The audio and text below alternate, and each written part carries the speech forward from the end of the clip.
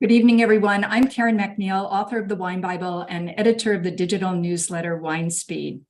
And this is a special live virtual tasting on how and why Napa Valley wines age so well. It's in celebration of Napa Valley's first reserve wine offering. And before we go any further, let me tell you about that.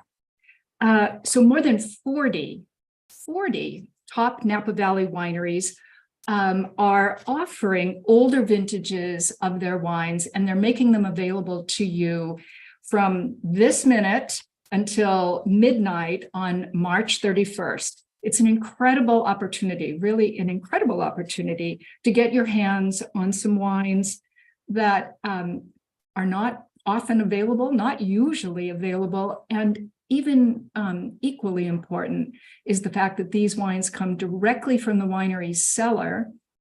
So their provenance, their storage has been really immaculate. To see the list of wines you can buy, you need to be a member of Collective Napa Valley. It's easy and it's free. All you need to do is sign up at collectivenapavalley.org.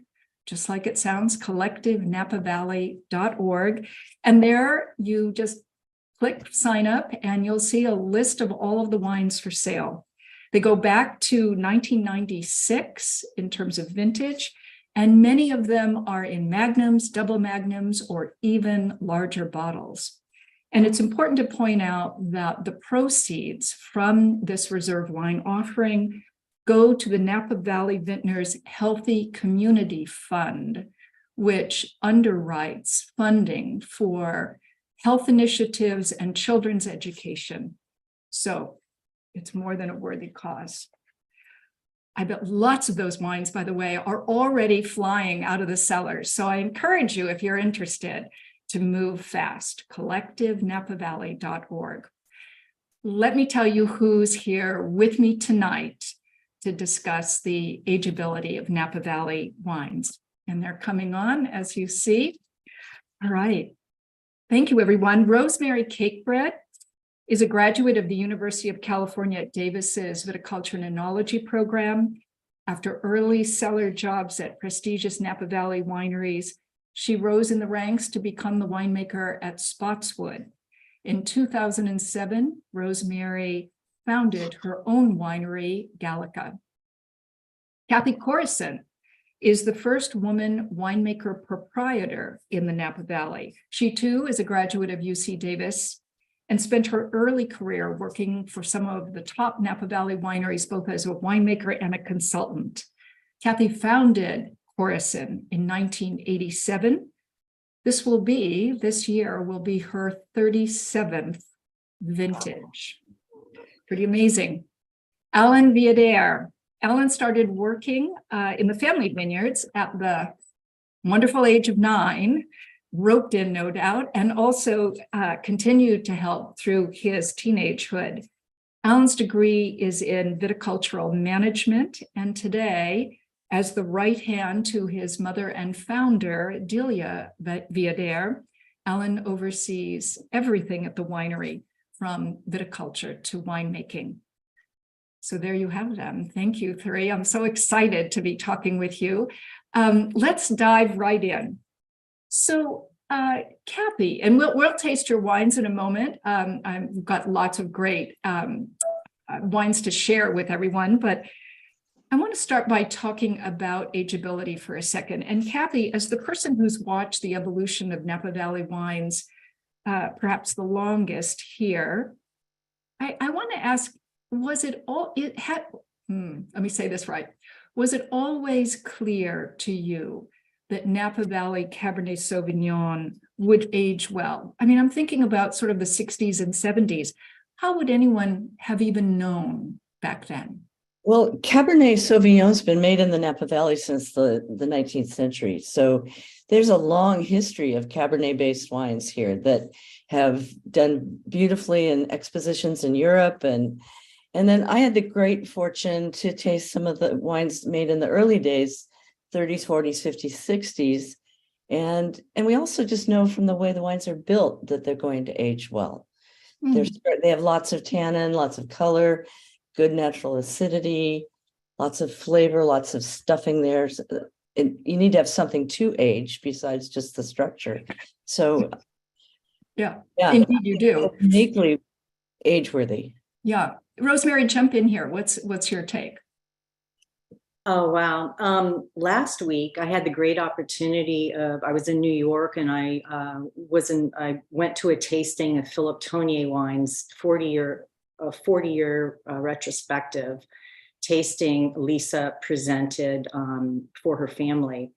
And so these were wines that were from 1983 to the current vintage. And I was so blown away. And it was just another reminder to me that wines that are made in a really balanced manner, and particularly in all years, but in particularly in some of the best vintages, they were just so alive still and fruity and beautiful.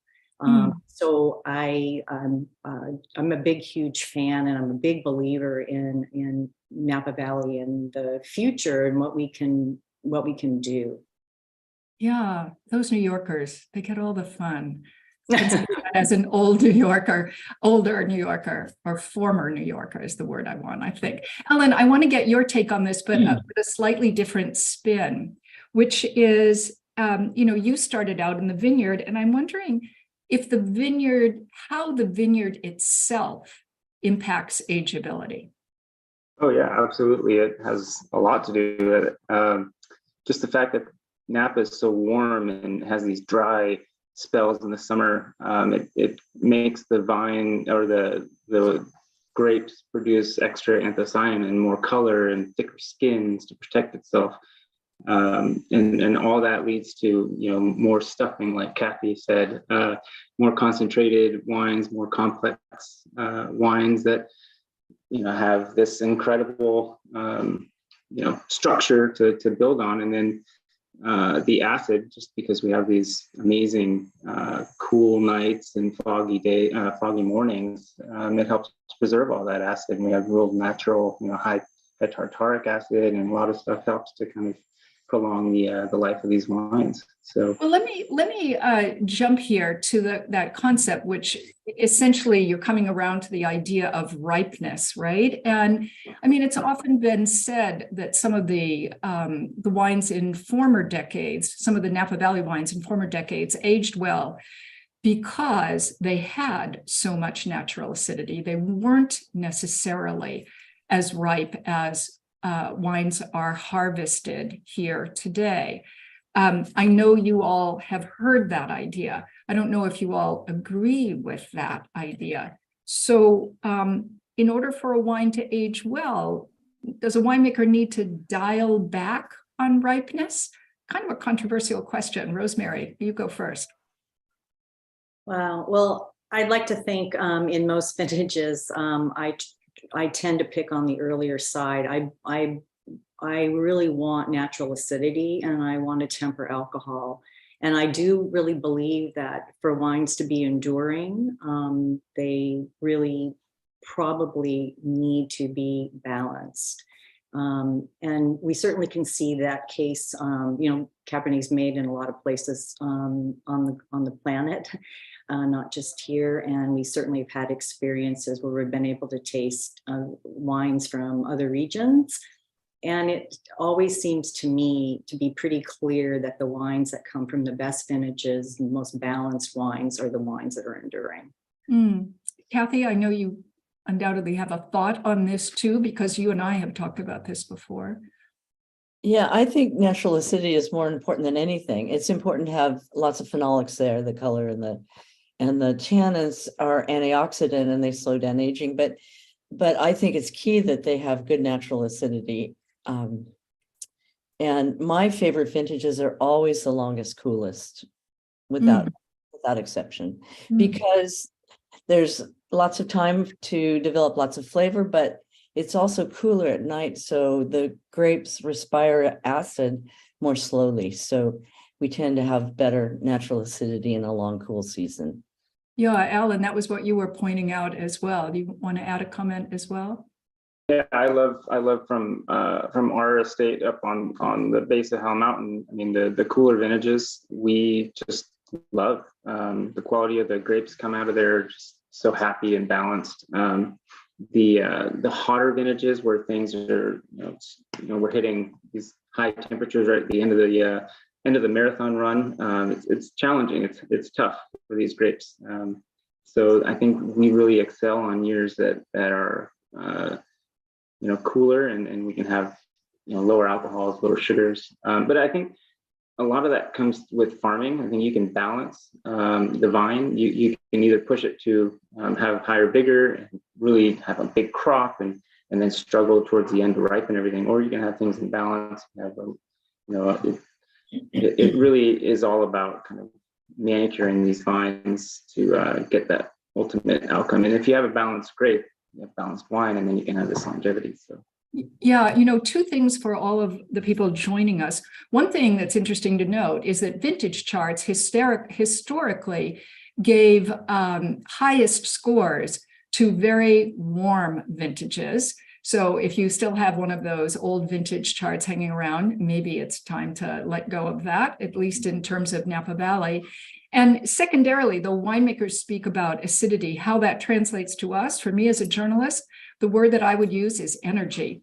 When you have a lot of natural acidity in grape juice, as it's becoming wine, I think it's not too mystical to say there becomes this hum of energy in the wine. And you can easily prove this to yourself by having an extremely ripe wine, which will fall flat, almost like prune juice, and a wine that has some natural acidity. You feel, I don't know, I can only call it the buzz of energy. Is that too strange, or? It's a life force. It is a life force, yeah. We're And talking to a bunch of winemakers. We hear that. We listen to our barrels.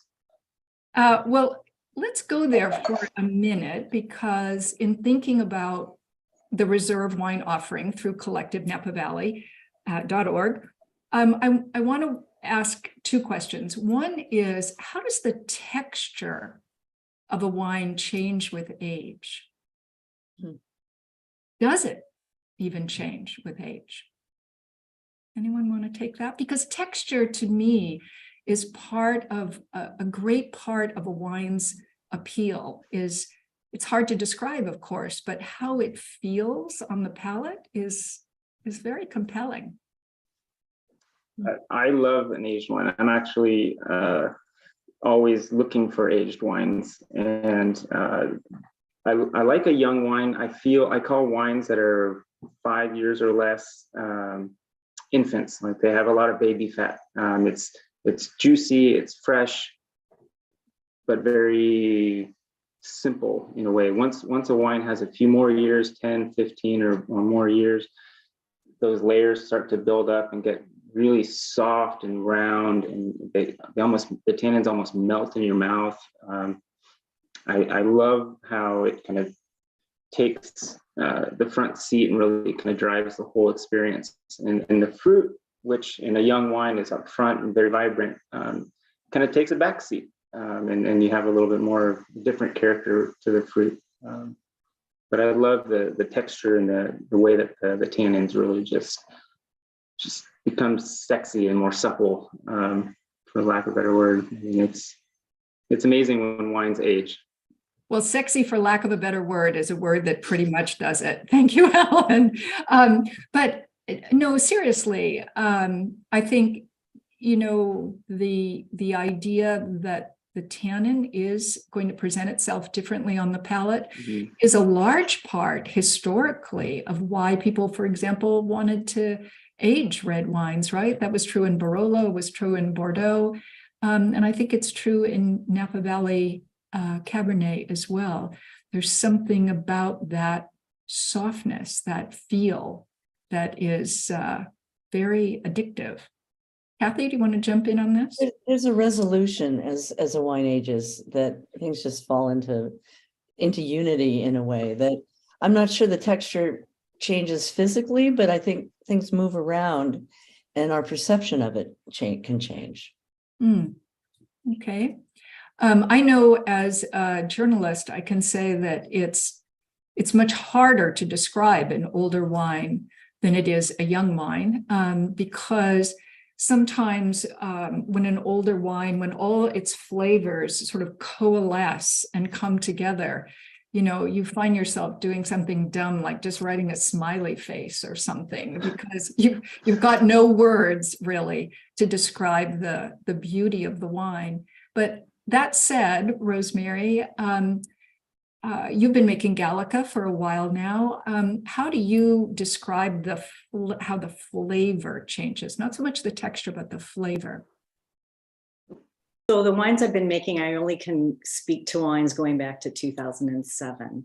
So, but what I would say is, and we're talking about the Oakville wine right now, but what I would say in general is, for me, the most interesting wines tend to be when they start to reach that 7 to 10-year-old mark, because I think that some of that really overt fruit falls back. It's not gone, it's still there, it's very much there, but it's not as present. And that's when the wines, I think, become far more interesting. And that's sort of that intersection between the tannin, which is starting to taper off a little bit and change, resolve itself, as Cathy said.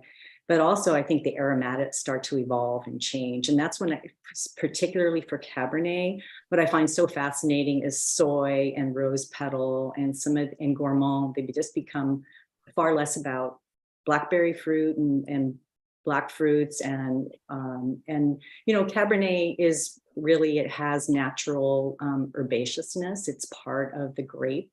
And I find that to be really fascinating as wines start to age, because that becomes a little bit more present and a beautiful thing. Beautifully said. Cathy, do you want to jump in on that? I love the perfume that develops in Cabernet.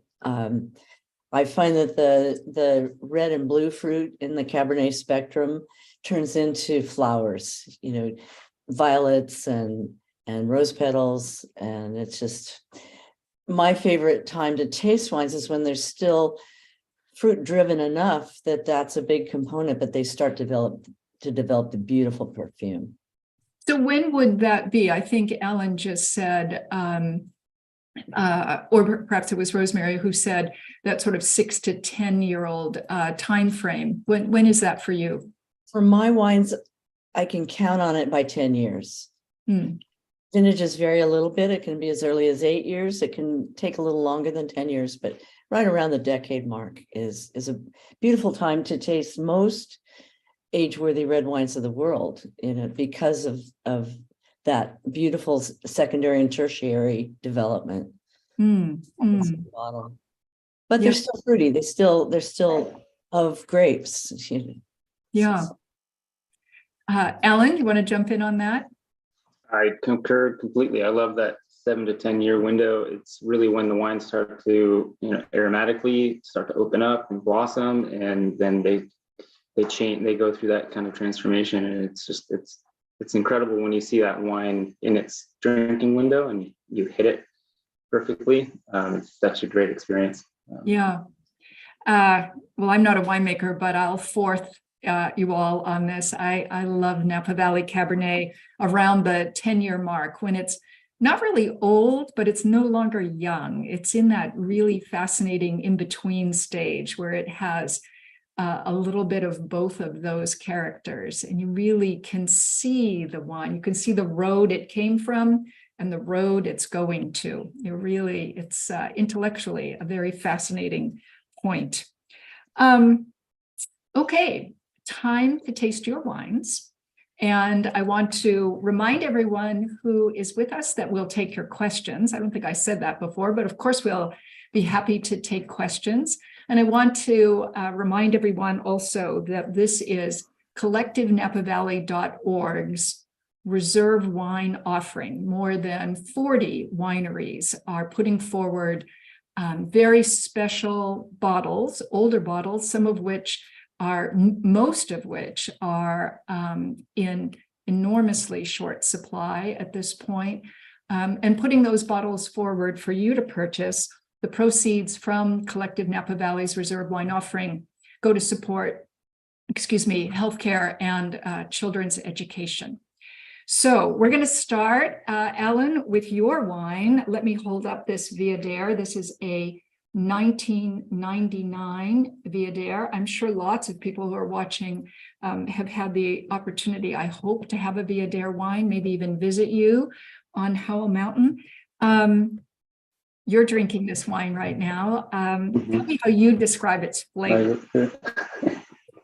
Good cork too. Excellent. So, the 99 is an incredible growing season for the valley. I mean, it was such a nice, beautiful, warm growing season. So the alcohol here definitely is a little touch higher. It's 14.0 on the bottle, which doesn't shine or come out negatively at all in this wine. It's in balance. We're on the northeast side of the valley, so very warm region anyway, very volcanic. So you're going to have a lot of tannin. This wine, I remember working in the winery when I was just outside of high school, and I remember this wine was kind of that aha moment, that epiphany wine for me when it came out and was in the barrels, and I said, this is really neat. Like, we grew this, and this is what happens. Like, I need to do more of this. So this is a very special wine, and an honor for me to talk about it. But it's mostly Cab, 61%, and the rest is Cabernet Franc, and that changes things a little bit. So for me, a lot more of that kind of that floral, that dried floral, that potpourri characters coming through here, which is very common in our older wines. There's still a touch of fruit. I mean, it's still alive. It's not over the hill yet. Just being a warm vintage is going to be a lot more of that upfront fruit, and this is definitely calmed down since I remember. I mean, we taste these wines all the time. That's one of the benefits of the pandemic, was we got to sit home and drink through the cellar. So we went full vertical, up and down, just kind of back and forth.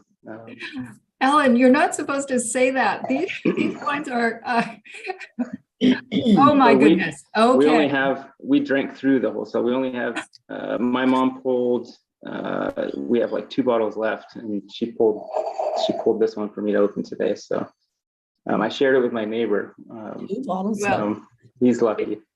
You know, I do want to say before we go to the Gallica that what I love about this 99 VIADER is something that Rosemary referred to earlier, which is, and something that I think cab lovers just really do love, which is this underlying sage or wild green. Sometimes I call it chaparral. I'm sure that's not exactly the right term, but it's this resinous greenness that, when it's coupled with freshness, which can also have a kind of green idea to it, it's really invigorating. And to me, this wine is tasting extraordinarily fresh. And I love that through line of a kind of spicy green character in it. Just a beautiful wine. Very When the warm breeze blows in the summertime, you actually get that in the air, that chaparral smell. So it definitely comes through in the wine, especially as it ages, because the fruit usually masks it early on, and then it comes through, and it to me, it's just incredible. I love an aged wine with a little bit of that savory quality. So yeah. All right. Well, let's try the Gallica now. Let me hold this up. This is Rosemary's wine. It's a 2013. And speaking of older Cabernets having an aromatic quality, and that aromatic quality tending in some cases to be floral, the name Gallica is a reference to wild roses, right, Rosemary? There is. Yeah. So the reason I chose the 2013 vintage to share with Collective is I really consider the 13 vintage to be a benchmark vintage for Napa Valley. I think maybe in my, I don't know, 40 years of winemaking now, it's probably, it is definitely amongst the best vintages that I've ever experienced. Wow. And I really think that ultimately it'll be a vintage that'll be talked about in future vertical tastings, you know, decades down the road. I think it has that kind of staying power. So this particular wine comes from the Oakville Ranch Vineyard in the eastern hills of Oakville that lies right above the Peter Michaels Operity and right below Ovid. It's in this beautiful saddle that's really not, you can't really see it from any of the major roads. And I've been making wine from this particular site since 2009. So as Alan alluded to, you know, that part of the Napa Valley mountain range is very much red, deep soils, volcanic, lots of rock.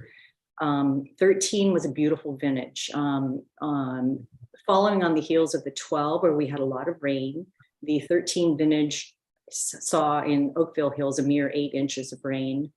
But there was plenty of rain from the previous vintage. The vines were super happy. Berry size was really small in 2013. We had a big crop in 12. The vines responded in 13, and they just set a really balanced crop. And it was a very easy, almost luxurious vintage to be a winemaker. We picked when we wanted to, and but picked on the earlier side. So all the fruit was picked on September 18th from Oakville. And I've just been really, I've loved this wine since it was in the fermenter. And I've loved it in barrel, and I loved it right after bottling. And I've just been watching this wine, and I actually haven't had it in the last year probably. And I'm just really, I'm always in love with it. Every time I taste the 13, I'm just really kind of wowed by the vintage. So. It's so wonderful to hear you talk so lovingly about this wine. And it's right at that 10-year mark. It strikes me as a wine that has a lot of power behind it. In fact, I don't know, if someone gave me a glass of this and said, how old is this wine? I would think it's younger than it is. It's still, I mean, it's singing strongly. And yet with a lot of gracefulness and beauty at the same time. I think that does speak to Oakville. The wines tend to really demonstrate the power of Cabernet. And this wine is 25% Cabernet Franc and 75% Cabernet Sauvignon. And I tend to co-ferment. I might, in this vintage, we added some more Cabernet Franc because the Cabernet Franc was just exquisite in the 13 vintage. But you're absolutely right. These wines, I think we've been opening the 2008s and 9s, and they're really starting to show kind of those tertiary qualities that this wine is still young. It definitely is. But I'm seeing it turn the corner between being, as Alan talked about, baby fat to a more interesting wine. Yeah, let me define for everyone, although I'm sure some people are well aware, primary, secondary, and tertiary flavors. When winemakers talk about those things, primary flavors are usually a reference to flavors and aromas that come from the grape itself. Secondary from aspects of winemaking, things that the winemaker did. And tertiary is usually a reference to those flavors and aromas that come from age. not from, just from the sheer unpredictability of the age of the wine itself. One other comment before we go to Cathy, which is Cabernet Franc in the Napa Valley. We've been talking primarily about Cabernet Sauvignon, but actually the most expensive grape to buy in the Napa Valley, and it's been true for a couple of years now, is Cabernet Franc. Cabernet Franc, the father, if you will, of Cabernet Sauvignon, is a very temperamental grape. It only likes certain places. It's a little bit more temperamental than Cabernet Sauvignon. But man, Cabernet Franc in the Napa Valley, talk about, oof, it makes me excited just to say that sentence. I mean, the wines are often so good, and the amount of acreage being devoted to Cabernet Franc is on the rise a bit in the Napa Valley, although it'll probably be limited by the fact that, again, the grape is a bit temperamental. But getting your hands on some good Cabernet Franc seems to me something that most winemakers in the Napa Valley really love doing. So, Cathy, let's go to your wine, though. This is the 2016 Corison. You see it here, if I've got that to the camera right. Oh my, when I tasted this, I thought, ooh, what an explosion of flavor. Tell us. Thank you. Thank you. Yeah, it was first of all, it's all sourced from a little tiny corner of the world, all between Rutherford and St. Helena on the bench. So the alluvial fans coming out of the hills. So I've always sourced all my Cabernet from just this little corner of the world where there's a wonderful range of flavors developed, but also the tannins feel like velvet when they come into the winery. And that's really very special, because there's very little we can do to change the tannins. We can only make the wine it's only as good as the grapes that come in the door. So 16 was one of those vintages that I was describing that I love. There wasn't a single day over 100 degrees from veraison around the 1st of August until we picked in early September. And the nights actually dipped into the 40s. This is a pretty hot place, and the nights cool down always, but usually into the 50s, which is a huge diurnal shift. But in 16, for many days that in August, it was in the 40s. And what that does for me is preserve great natural acidity. So I just love the way these wines are built from that vintage. Boy, if there are 3 words that follow the concept of greatness in wine, it's diurnal temperature fluctuation. I mean, it sounds about as unsexy as you can get, but it is so critical. And it's what, I agree, it's what allows Napa Valley wines to be so extraordinary, is that shift from the warmest part of the day to the coolest part of the night can be 40 degrees. That's astounding. Grapes like to sleep in the cold, just like we do. Sometimes it's more. When it dips into the 40s and then it gets almost to 100, it's even more. That's incredible. I do want to describe, before asking you more about this, Cathy, I want to describe what a bench is. But if you can imagine, people have an image of the Napa Valley, a valley with 2 big mountains on each side.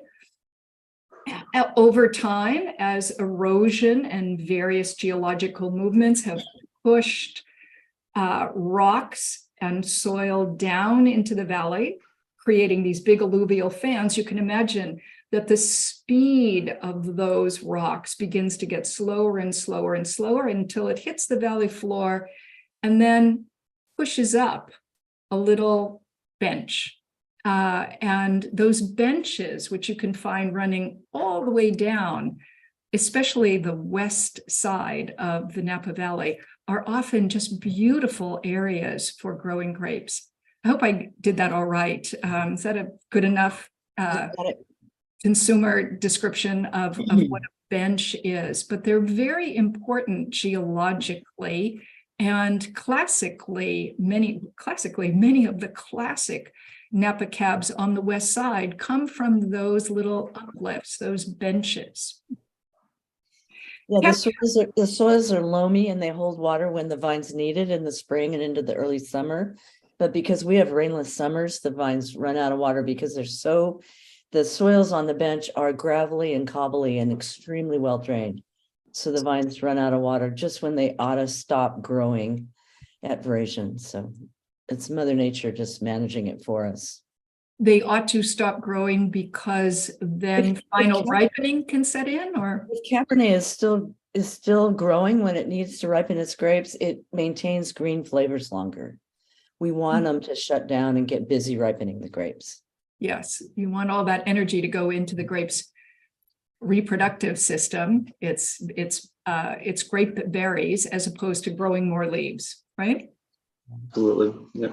They need that signal to really start pushing all their energy into those grapes and make them as flavorful and concentrated as possible to attract birds and whatever else to spread the seed. Mm. Pretty simple, but they taste so good. It definitely does taste so good. Let me ask each of you about the concept of length. Is it axiomatically true that an older wine will be longer? Because I think I certainly associate greatness with length, although no one knows exactly where length comes from, I don't think, in a wine. I mean, it's kind of natural length, not you can age a wine longer in oak and maybe get a little incremental length, but a really long wine is so beautiful. Does length get longer with aging is the question. I think that definitely more complexity over time develops, and if there's more there's more to linger. Lengthen. Mm. Yeah. Okay. Rosemary, you want to jump in on that? Yeah, I would say I can only add Cathy's very well said statement. The only thing I could add is when fruit starts to slip away a little bit, or the nature of fruit changes. Usually the palate starts to lengthen, and that's how I think about it. Yeah. Okay. Ellen, you want to jump on that? Well, I mean, wine is so complex and there's a lot of stuff going on at the microscopic level, and there's these long chains of things, and as you're racking or moving things around and bottling, you're breaking all that up, and after you taste a wine that has been bottled, things are kind of out of balance and out of whack. And then if you let it bottle age for a little while, it continues to kind of put itself back together, and more complex things start to build on each other. And I think with extended aging, you get this gorgeous kind of tapestry of these, tannin structures and different things that just sit on your tongue just in such a way that it tastes so good, and then it just lingers. I mean, the longer it is, the better. So the longer it is, the better. And Danelle is writing in with the question, do any of you have a suggestion about how to select great aged wines? By reviews or by vintage charts? I mean, how would you know? Cathy? I think finding a great retailer is really important. Somebody that learns what you like, and that's not just for aged wines, it's for alt wine in general. It's someone that learns your palate is really valuable. Yeah. Okay. Ellen or Rosemary, thoughts on that?